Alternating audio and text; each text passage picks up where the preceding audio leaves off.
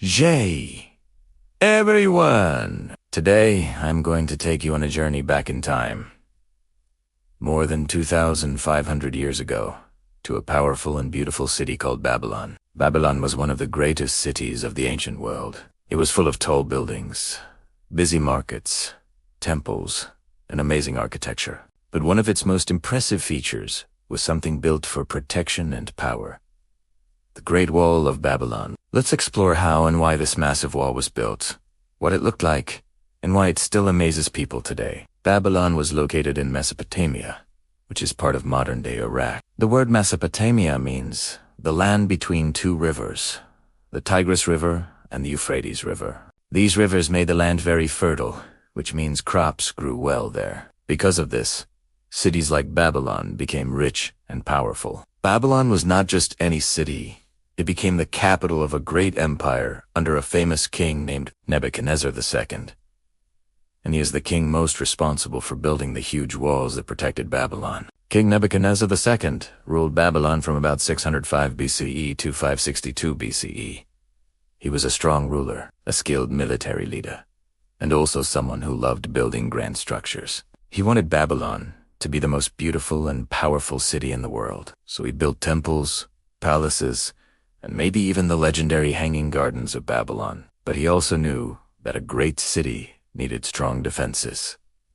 Enemies could attack at any time. So he ordered the construction of one of the largest and strongest city walls ever built in ancient times. In ancient times, cities were often attacked by enemies who wanted land, wealth, or power. Without protection, a city could be destroyed very easily. The Great Wall of Babylon had three main purposes.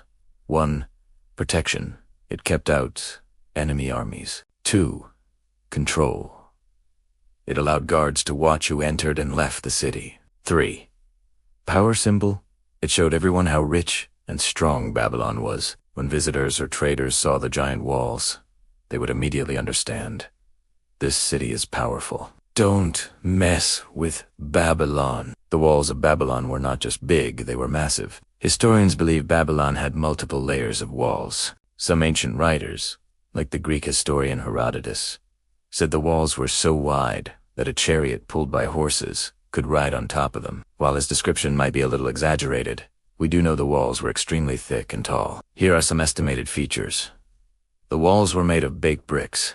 They were strengthened with bitumen, a sticky, tar-like material that helped hold the bricks together. There were towers along the walls, where soldiers could stand guard. There were large gates that controlled entry into the city outside the walls. There may also have been moats, deep ditches filled with water, to make attacks even harder. Imagine being an enemy soldier looking at those walls. They would seem almost impossible to climb or break. One of the most beautiful parts of the wall system was the Ishtar Gate. This gate was named after Ishtar, the Babylonian goddess of love and war. It was not just a doorway, it was a work of art. The Ishtar Gate was made of bright blue glazed bricks. On the walls were pictures of animals, including lions, bulls, dragons. These animals were symbols of Babylonian gods and power. When people entered Babylon through this gate, they walked along a road called the Processional Way, which was also decorated with lions on the walls. It must have been an unforgettable sight. Today, parts of the Ishtar Gate have been rebuilt and can be seen in a museum in Berlin, Germany. The wall was carefully designed for defense. Soldiers stood on top of the walls and in towers. From there, they could watch for enemies from far away, shoot arrows, or throw weapons if attackers came close. Close the gates quickly during danger. Because the walls were so thick and strong, it was very hard for enemies to break through using ancient tools. The walls made Babylon feel safe and almost unbeatable. Even the strongest walls cannot protect a city forever. In 539 BCE, the Persian king Cyrus the Great conquered Babylon. According to some stories, his army entered the city in a clever way, possibly by changing the flow of the Euphrates River and entering under the walls. Babylon did not fall because the walls were weak.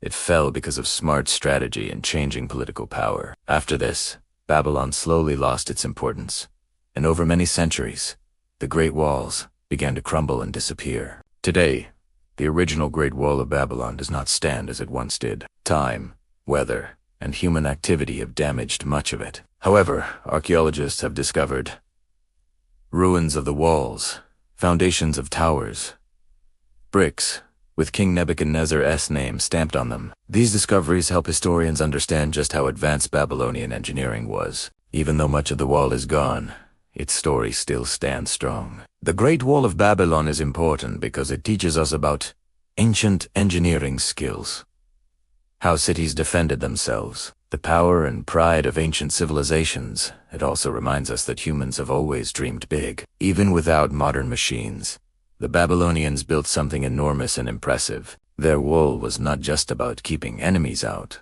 It was about showing the world who they were. So, the next time you hear about ancient wonders, remember the Great Wall of Babylon, a symbol of strength, beauty, and human creativity. Though the wall no longer stands tall, its story still lives on in history books, museums, and the ruins left behind in Iraq. Babylon may be ancient, but its greatness is still remembered today. Thank you for listening.